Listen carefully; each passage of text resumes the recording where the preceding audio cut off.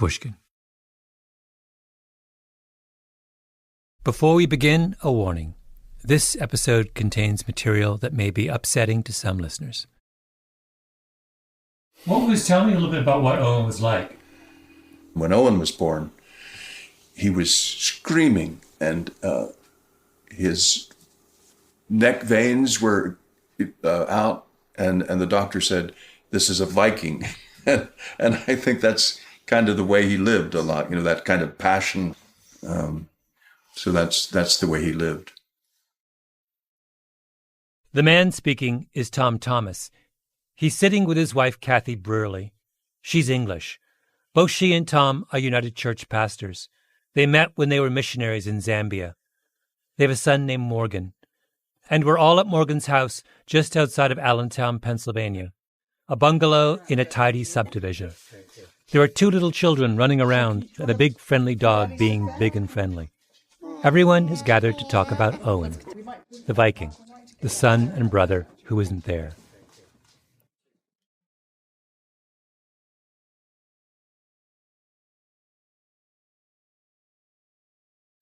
My name is Malcolm Gladwell. You're listening to Revisionist History, my podcast about things overlooked and misunderstood. This episode is about Owen Thomas, a young man I never had the chance to meet, about what happened to him and why we shouldn't forget about him.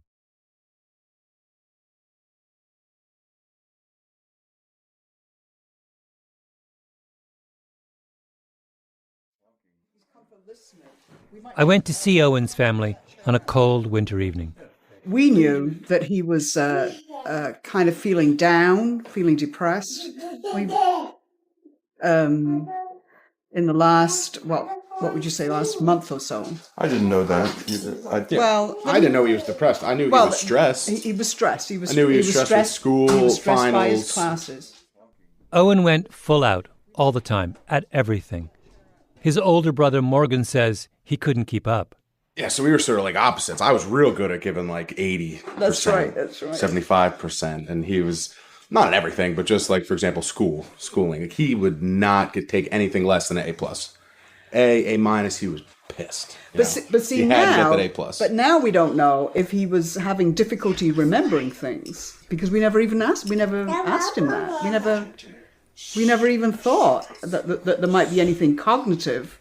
We just thought this was somebody who's a type A person who's kind of like demanding so much of himself. In retrospect, I guess, when things like this happen, in retrospect, you can always try to look back and say, oh, I should have seen this.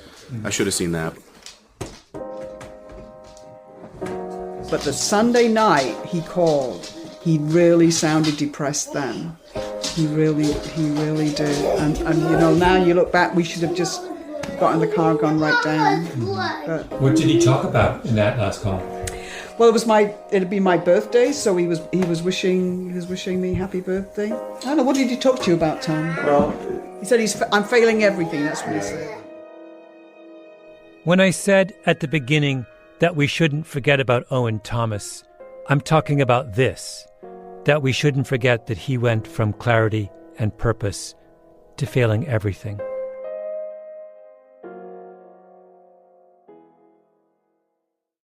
In 2013, I was invited to give a lecture at the University of Pennsylvania. Welcome. It is my great pleasure, on behalf of Penn's 450 Benjamin Franklin Scholars, to welcome you to the 2013 Benjamin Franklin Lectureship.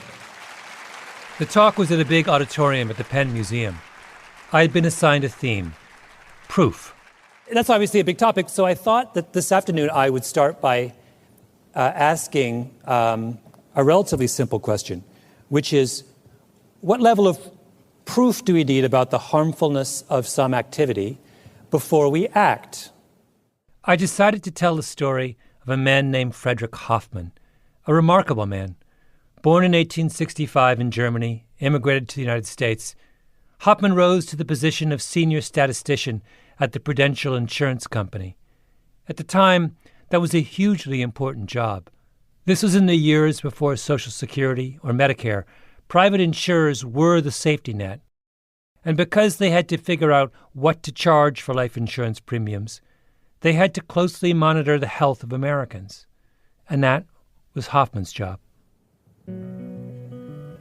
He set out and he would cover the entire country, and he would go and visit towns and cities and villages all across this land, and he would interview doctors and hospitals and funeral directors, and he would visit all the major employers, and he would go to the cemeteries, and he would talk to people, and he would walk around the town, and he would try and get a sense of what people are dying of.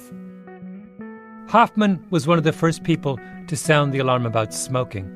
He was one of the first to describe the terrible health conditions on Indian reservations. But perhaps his most important work concerned what was known at the time as miner's asthma. I give a fair number of talks, and one of the things that you can usually tell is if you've lost your audience. And I remember that day at Penn thinking that I had no idea. 20 minutes in, I began to panic a little because I'm going on and on about Hoffman, about coal mining, about how big a deal coal was at the turn of the century, about how much dust the process of coal mining created, about how coal miners would have coughing fits and spit up this black inky substance. And they would cough more and more of it the more they mined and the more time they spent in the coal mines. That was absolutely beyond question. The audience is incredibly quiet, and I couldn't figure out if that was because they found the subject as fascinating as I did, or if they were thinking, what on earth? The thing that no one could agree on was whether that was dangerous. Did it harm the health of someone to inhale all of this dust from coal mining? Miner's asthma wasn't bothering the medical community and the mining companies. They said, look, miners have lower rates of tuberculosis than everyone else. TB is a respiratory disease, so maybe coal dust is protective in some way. Another argument was, if miners were coughing up dust particles, then their lungs were functioning as they should. So for years and years and years, nobody paid particular attention to the problem of coal dust because they had all of these arguments that they used to convince themselves that it wasn't a health risk. And then along comes Frederick Hoffman. Prudential insured a lot of miners. And if they're dying young, then that was a real problem for Prudential. So Hoffman investigated. And in 1918, he publishes this famous report. It was called Mortality from Respiratory Diseases in the Dusty Trades. And it comes out, it was published by the Bureau of Labor Statistics, by the government, federal government, in 1918. Hoffman was methodical. First, he looked at the government statistics on tuberculosis. He found no evidence miners had lower rates of TB. Then he looked at asthma death rates. They were 5 times higher for coal miners than for other working men. Hoffman looked at census data. Who was still working after the age of 45? For farmers at the time, almost a third were still working. For miners, it was a fifth. If mining was so healthy, why were all the miners disappearing from their profession? So he adds all this up and he says, look, I don't buy it. I think that this miner's asthma thing is something that we should be concerned about. So here we have the senior statistician from one of the most powerful and important institutions in the country, publishing a report on the health of workers in one of the most important and critical industries in the country, and saying there's a problem. So what do you think happens? Nothing happens. Nothing. Nothing whatsoever. And why does nothing happen? Because all kinds of people stood up and read Hoffman's report and said, you've got no proof. Let's give the students at Penn credit for their patience, because this part of my talk went on for a very long time. But I was trying to answer the question at the core of proof. At what point do you act? People argued after Hoffman published his report that we still didn't know quite enough, that he had a lot of suggestive evidence but not definitive evidence. And that was true, but it was also irrelevant, because if you wait until the evidence is perfect and complete, you'll never act. It was not until the 1970s that people suddenly realized that tens of thousands of miners were dying horrible deaths, vastly prematurely, because of the dust they inhaled while working in the mines.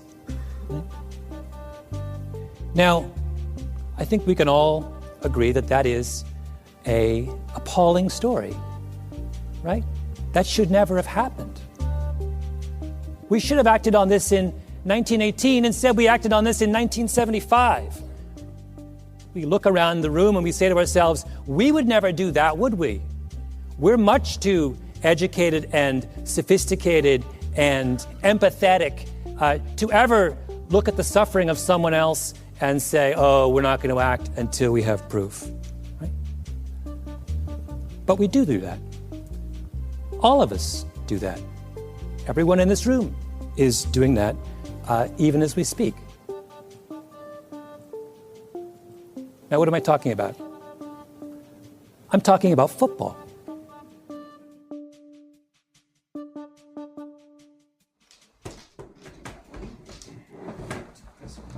Owen Thomas, the red-headed Viking, was a football player. So was his father, Tom. It was the 1960s. Yeah. So I was a fullback, which in the backfield, if you know anything about American football. Owen's grandfather played for Millersville University.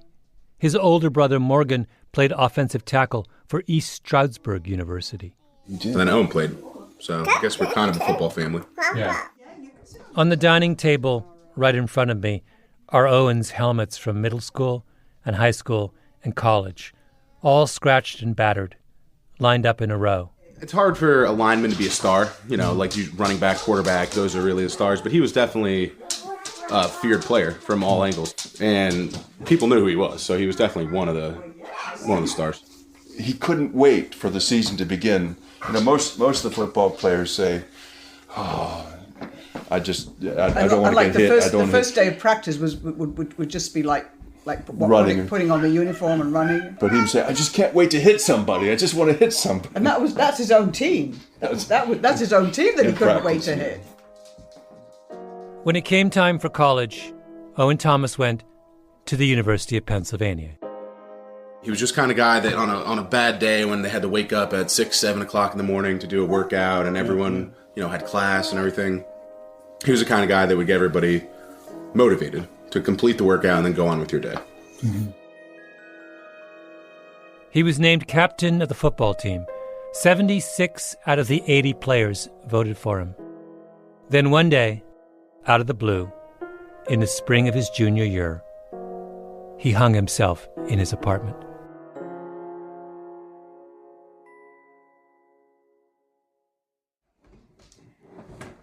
Tom sent me a text message, except I was listening to a lecture, so he kept saying, call me.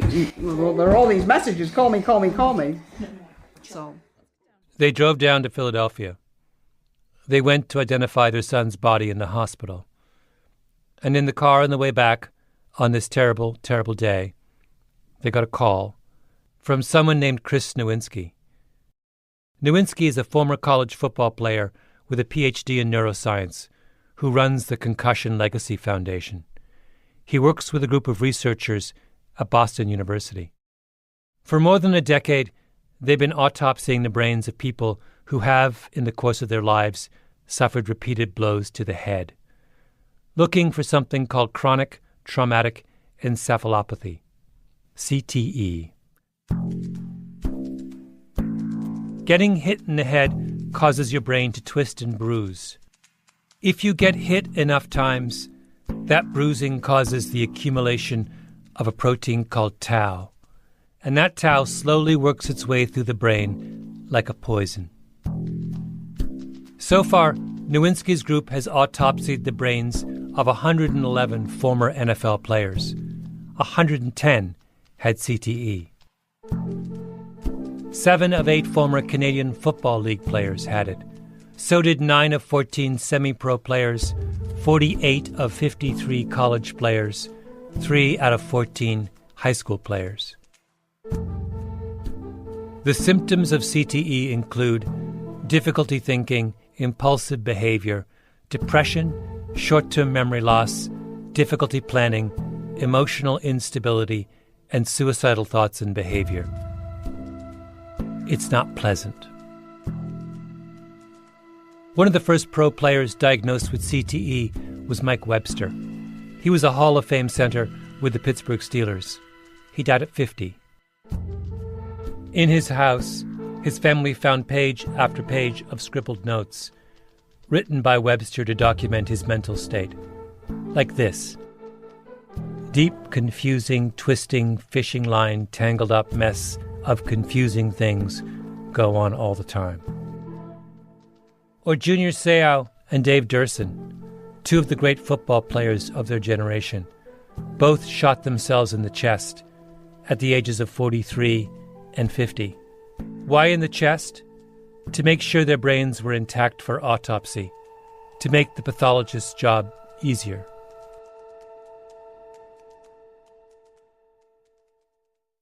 Now, are cases like this absolute proof of a connection between CTE and football players getting hit in the head? No. The research group at Boston University has just published a study which looked at players who had started playing tackle football before the age of 12. I'm quoting, "Youth exposure to tackle football may reduce resiliency to late-life neuropathology." May reduce. Remember, they're working from a non-representative sample. Autopsies conducted on players whose families believe something was wrong. Proof would be if you identified 2,000 people, half of whom play football and half of whom do not, followed them over the course of their lives, and compared the autopsies of their brains at death. Did the football players have, on average, more of the protein tau in their brain tissue than the non-football players? The problem is that the average American male life expectancy is 75 years. If we start that study now, we'll have definitive proof somewhere around the turn of the next century. The much, much harder question is what you do in the interim. And the answer is that you do what Chris Nowinski of the Concussion Foundation does. You plug away. You call people up at the height of their grief and ask them for brain tissue before the body of their loved one is buried or cremated. You call up people like Owen Thomas's parents. This is a day when it was like poured and poured and poured with rain the whole day. And so we were going back, must have been about like 10 o'clock at night, right? Yeah, driving at the turnpike. And suddenly I get this phone call from this person whose name I can hardly understand. The Thomases were too stunned to say no. But he still had to do quite a lot of work because he had to then call the undertaker and get the undertaker to get the brain matter, which had been just like dumped in a bag by the medical examiner. Yeah, he has something to answer for. Wait, what happened? Well, the medical examiner did an autopsy, right? So this was a football player who had committed suicide, and he didn't make any attempt to preserve the brain matter. Which now I look back on it and I think, how crazy is that? That the brain matter was just like all mixed up with all the rest of the bits and pieces and just thrown in a bag. Owen Thomas died in April. The following September, his parents got a second call. Owen had CTE. And suddenly, it all made sense. Why their focused, joyful, high-spirited son had suddenly called and said, "I'm failing at everything." How did that news change you? I mean, what was the impact of it on hearing that? You said you were relieved in some sense.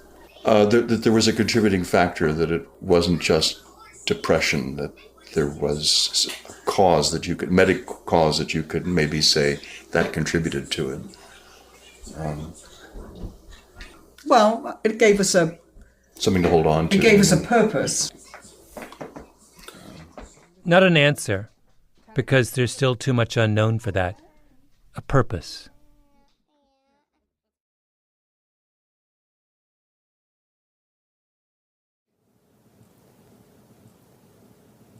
Now, what am I talking about? I'm talking about football. What do we know about football? We know about football approximately what Frederick Hoffman knew about coal dust in 1918.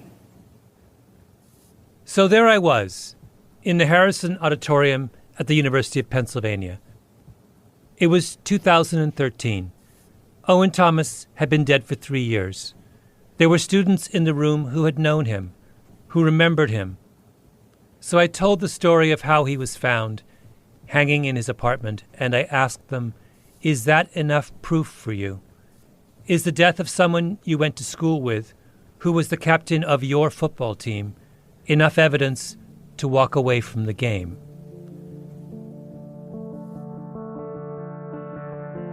I sometimes think about that moment when I'm at Bob's Library at New York University. I do a lot of my research there. The library has a massive multi-story atrium at its center. And a few years ago, a student jumped over one of the railings overlooking the atrium. And immediately, and at great expense, the university put up high plexiglass screens in front of every railing. Then, a few years after that, a student found a way to wriggle over the plexiglass and jump to his death, so the university installed an even more expensive and elaborate and foolproof metal screen that was impossible to get around or over. 2 suicides, and they spent millions of dollars. Why? Because the job of a university is to watch out for the welfare of the students under its care, and NYU didn't need any more evidence to act.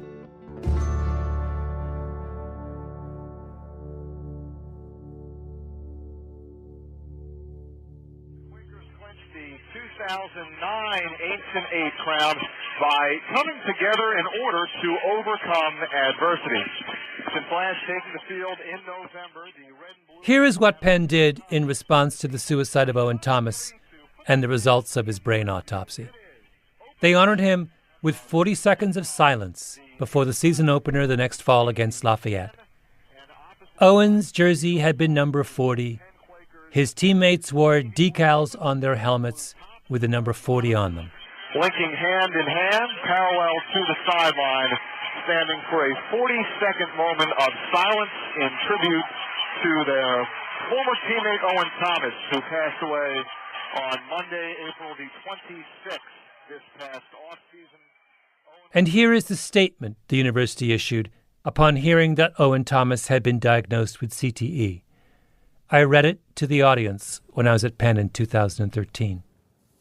While we will never know the cause of Owen Thomas's depression and subsequent suicide, we are aware of and deeply concerned about the medical issues now being raised about football head injuries, and will continue to work with the Ivy League and the medical community in addressing these issues. Owen's untimely death was a terrible tragedy, and we continue to grieve for his loss. Where to start? Let's start with the statement, we will never know the cause of Owen Thomas's depression and subsequent suicide. Are you kidding me? What is there more to know? A healthy young man with no previous history of depression hangs himself in his apartment, and when they do an autopsy on his brain, they find he has the beginnings of a debilitating neurological disorder caused by taking too many hits on the football field. And then, the statement, we are aware and deeply concerned about the medical issues being raised about football head injuries. We are so aware and deeply concerned about the medical issues being raised about football head injuries that 3 years after Owen Thomas's death, Penn continues to play football. In my book, that does not count as concern. That is moral indifference.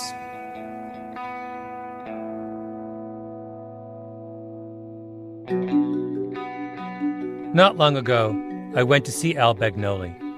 He's the head football coach at Columbia University. Before that, he was at Penn. He was Owen Thomas's coach, and he reminded me I'd left someone out. Owen Thomas wasn't the only one. Oh, we had two of them. We had Kyle Ambrosi, too. They're both traumatic, but Kyle's was unbelievable because that happened right in midseason. So it happened after he scored 2 touchdowns and we beat Bucknell 51-something. Kyle Ambrosi, star running back on the Penn football team, and a student at the Wharton School of Business, just like Owen Thomas. He shot himself at his mother's house in October 2005. There wasn't an autopsy on Kyle Ambrosi's brain. In 2005, CTE just wasn't on people's radar in the same way that it is now. So we'll never know whether he suffered from the disease the way we know with Owen Thomas. We don't have proof. But what happened to Kyle Ambrosi sounds very much like what happened to Owen Thomas. All his life, a young man plays a sport that involves repeated blows to his brain, until suddenly he fell apart in a way that looks an awful lot like the way people fall apart after they've had repeated blows to their brain.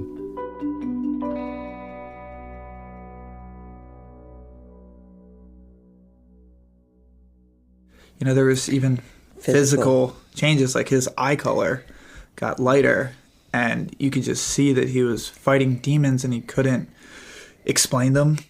That's Kyle Ambrosi's brother, Greg. Yeah. I asked him, and he, would try to explain them, and he just would run out of words. He would open his mouth and nothing would come out, and I would just look at him, and I didn't know the what only hell. thing he said to me is, "Mommy, it's so dark, it's scary." And it was very frightening to him, because he was always used to being in control, and this is an out-of-control feeling. Kyle's mother, Donna. Listening to the Ambrosis was like listening to the Thomases. Someone you know becomes someone you don't know, right in front of your eyes. And they haven't done anything. They haven't been in a terrible accident, or overdosed on drugs, or squandered their life away. They've just played a game, played it well. And if you're always, like I said, the internally driven, never had to say, "Kyle, do your homework, go practice, go whatever." He always had it done ahead of time. That was him. This is what he wanted to do. So if you're used to being in control and your mind is you're having thoughts that you don't have control over, it's very scary.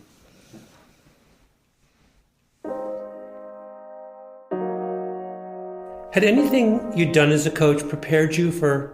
that's a really tough position to be in. No. Nothing you can do. What did you say to your players? Basically, that we're here for you. Yeah, anytime you get that kind of trauma, to deal with it, because again, it kind of brings you back to, okay, what's really important and what isn't important. You put so much premium on, okay, you got to win this game, you got to win that game, you're trying to win a title, and yet when it comes to human life, that's rather trivial. I'm assuming the full team went to the funerals in both cases? Yes. That must have been unbelievable. It's sad. It's very sad because, again, it's hard to explain. Not that it's any easier to lose somebody in a car accident, but you can explain it, or someone who suffers from terminal cancer. It's just as traumatic, but you can explain it. When you're a teammate of a kid who commits suicide, why didn't I see this? Could I have done something? Why? I think you always question yourself, what could I have done that maybe in some other ways of death you kind of accept? I've thought a lot about that talk I gave at Penn. I'm not sure I won them over. The students listened politely, and at the end asked thoughtful and skeptical questions. I talked about the costs of football. Why didn't I talk about the benefits? They asked, doesn't everything come with a risk? Shouldn't people be free to make their own choices?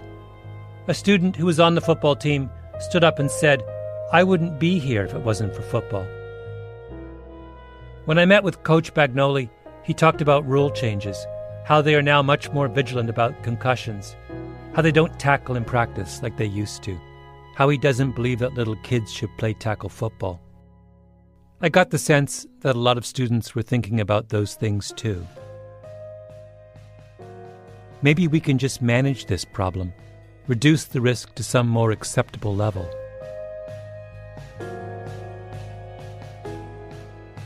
After the speech, as I walked to the post-event reception, one of the big deans at Penn looked at me and shook his head.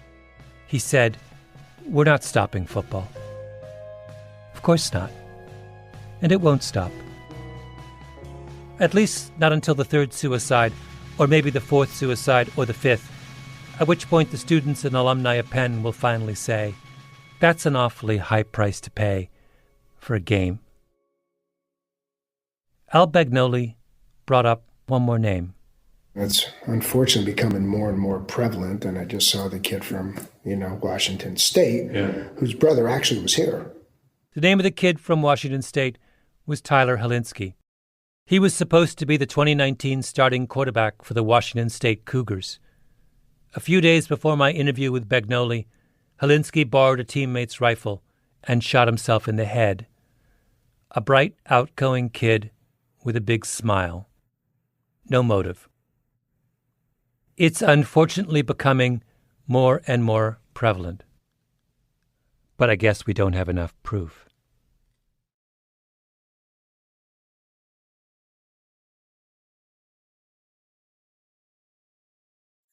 Well, it's your classmates who are dying, right? It's your classmates who are putting their lives at risk by playing this game. I think all of you has to consider boycotting football games at Penn. And I think you have to convince your friends to boycott football games at Penn. And I think you have to picket outside football games at Penn. And I think you have to go to the administrators of this university and you have to ask them, why is a world-class institution, one of the finest universities of higher learning in this planet, exposing its own students to the risk of injury and death? And if they ask for proof, tell them you don't need proof. Sometimes proof is just another word for letting people suffer. Thank you.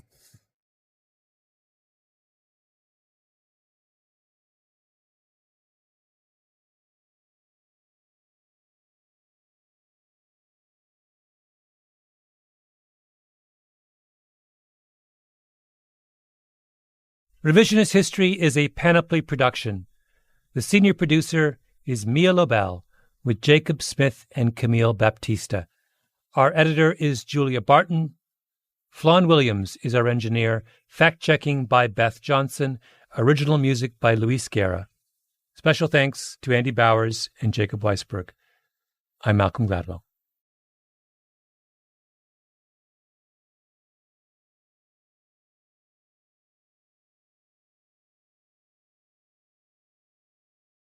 Suicide is a difficult topic. It can be hard for people to talk about suicide or get help if they're in danger. But there are resources available.